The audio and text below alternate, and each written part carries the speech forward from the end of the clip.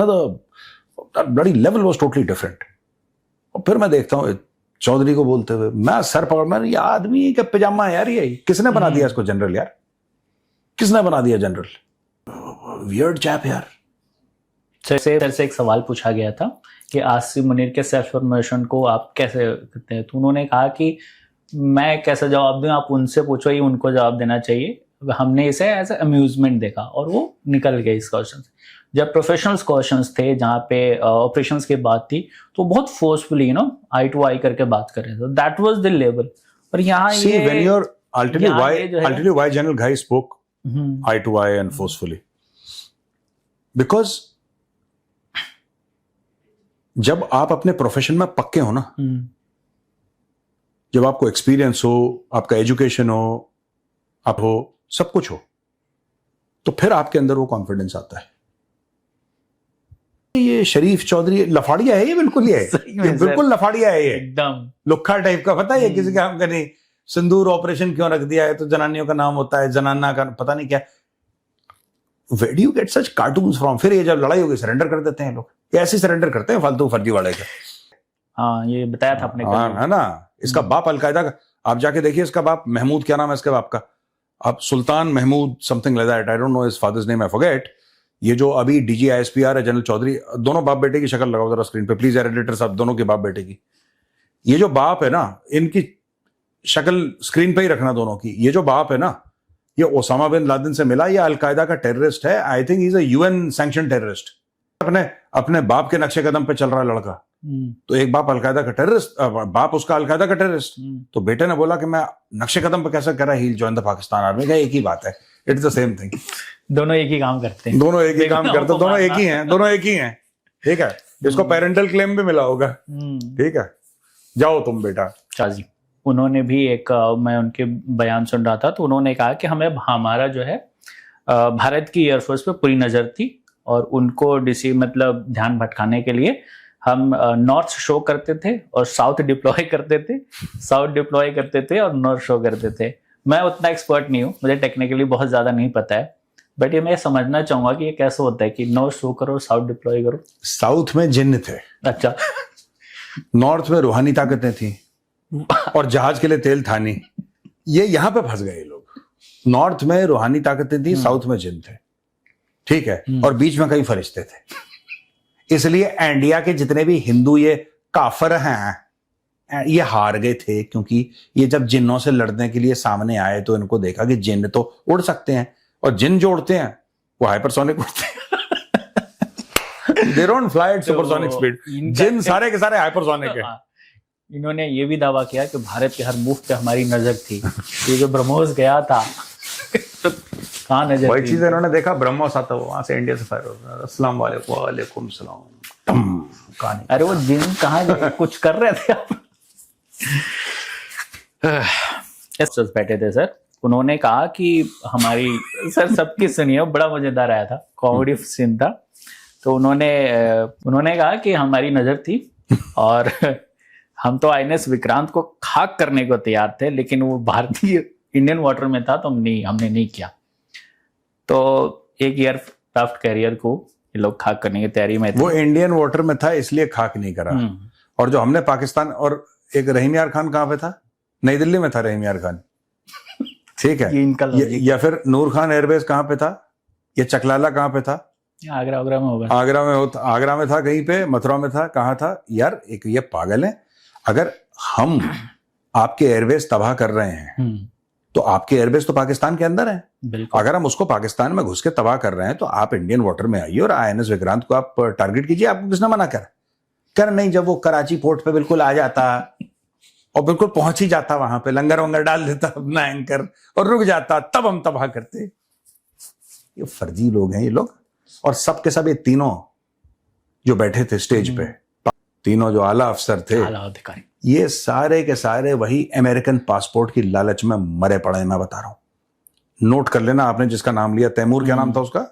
इनका नाम था तारिक गाजी, एयर वाइस मार्शल तारिक गाजी। हाँ, तारिक गाजी है। तारिक गाजी भी देखना किसी, क्या, deputy chief of air staff, देख लेना 100% इतनी लंबी जीव निकाल के या तो यूके या यूएस या ऑस्ट्रेलिया या न्यूजीलैंड, कहीं का ये पासपोर्ट लेके वहां पे सेटल होने के चक्कर में होगा। गाजी टाजी जितने भी है ना इनके फर्जी वाले के, सब के सब जाएंगे देखना, इनके सारे जनरल वहीं पे जाते हैं।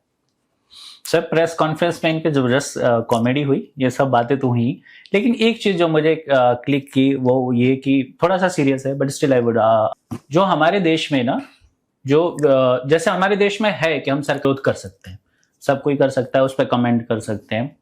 इन्होंने अपने प्रेस कॉन्फ्रेंस में एक क्लिप चलाई थी जिसमें कई सारे लोग जो हैं वो भारत की सरकार की नीतियों का विरोध कर रहे हैं।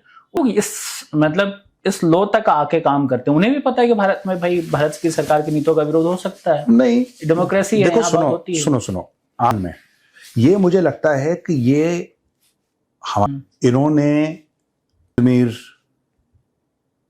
और नजम सेठी और ये सो कॉल्ड बड़े बड़े नाम है ना, उनके मुंह पे थप्पड़ मारा है डीजीआईएसपीआर ने, उनके मुंह पे थप्पड़ मारा है।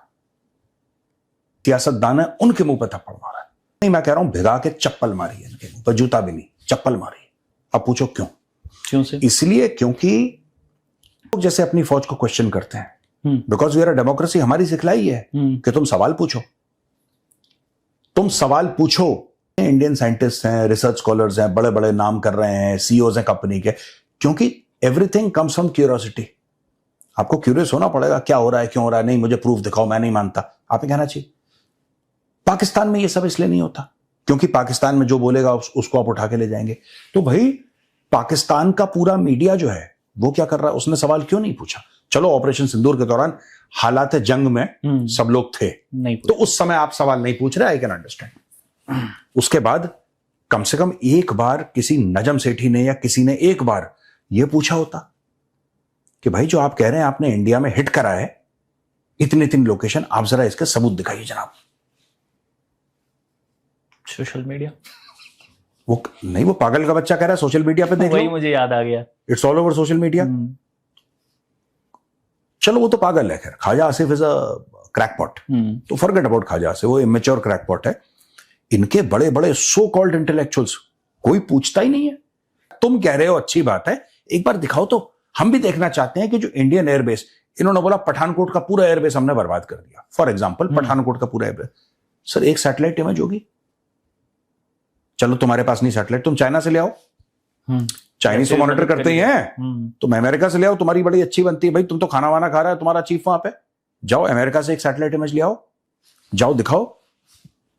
एक इंडियन जहां पे तुम्हारी मिसाइल गिरी है, एक कोई एयरबेस होगा, एक कोई भारत में, पूरा भारत इतना बड़ा, पाकिस्तान तो इतना सा है, चाय के प्याले टी इज फैंटास्टिक, इतना सा भाई, भारत इतना बड़ा है, आपने कहीं पे कहीं मिसाइल मारी, कोई ड्रोन गिरा, आप दिखा दो हमें, हम खुश हो जाएंगे देख के कि ये हमारे एयरबेस पे, ये मिलिट्री इंस्टॉलेशन पे आपने मिसाइल मारी, एक दिखाओ। नहीं, प्रमोशन लेने की इतनी भूख थी मुनरिया में मुनरिया भग गया, क्या मुझे फील्ड मार्शल बना, मुनरिया सारा, अरे फर्जी वाड़े में बन गया फील्ड मार्शल, में बता रहा हूं, ये होता है, this is Pakistan, this is the true nature of that country. तुम्हारे अब्बू ने झूठ बोल के बेटा प्रमोशन ले लिया, तुम्हारे सेल्फ अपॉइंटमेंट, सेल्फ अपॉइंटेड है सर वो फील्ड मार्शल। एक कैरेक्टर है ना जिसको हम चरित्र बोलते हैं, एक हर एक इंसान का किरदार होता है ना, गैरत वैरत कुछ नहीं है इन लोगों में, दे हैव नथिंग।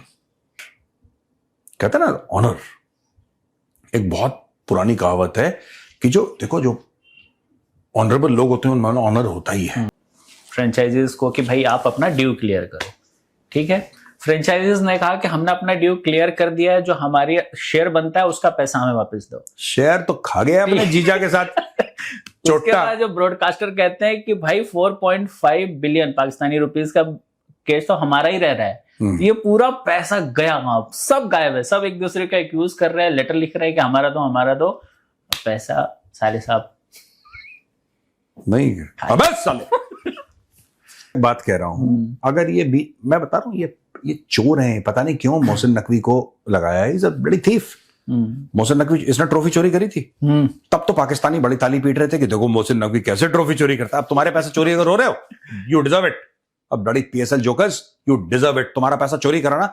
यही मोहसिन नकवी था जिसने जब पीएसएल की ये एशिया कप की ट्रॉफी चोरी करी थी इंडियन टीम से, तब ये भाग गया था वहां से, 93 ट्रॉफी लेके भाग गया, अभी तक नहीं पता ट्रॉफी कहां है, कब बेच बुझ कर खा गया हो, घर में खाना कम पड़ा, आटा कम पड़ा, तो पता ट्रॉफी बेच के खा गया हमारी। लेकिन मैं ये पूछना चाहता हूं, तब तो पीएसएल वालों ने नहीं बोला कि मोहसिन नकवी साहब लगता है आप चोर हैं, आपको ऐसा नहीं करना चाहिए, चोरी गलत चीज है, गलत ही निकल गए, आप तो ट्रॉफी लेके भाग गए। अब ये पाकिस्तान का नया प्लान है। देखो बाबर नहीं चला, रिजवान नहीं चला, वो अफरीदी क्या नाम है उसका, शाहीन नहीं चला। चुपचाप से इन्होंने ना एक ड्रेस पहना के कोने में ना, ड्रेस पहना के वैसे टोपी वोपी नीचे करके, पता नहीं मोहसिन नकवी को खड़ा कर रखा है। पाकिस्तान हार गया, हारी टीम इधर खड़ी है, जीती वाली टीम जा रही है धीरे धीरे। चुपचाप से मोहसिन नकवी का ट्रॉफी लेके भाग गया। कह रहा तू इसी के लिए, तू कैच वैच में पकड़ी हो भाई, तूने फील्डिंग बैटिंग बॉलिंग कुछ नहीं करनी, तू बस इसीलिए चुपचाप बैठा वहां पे।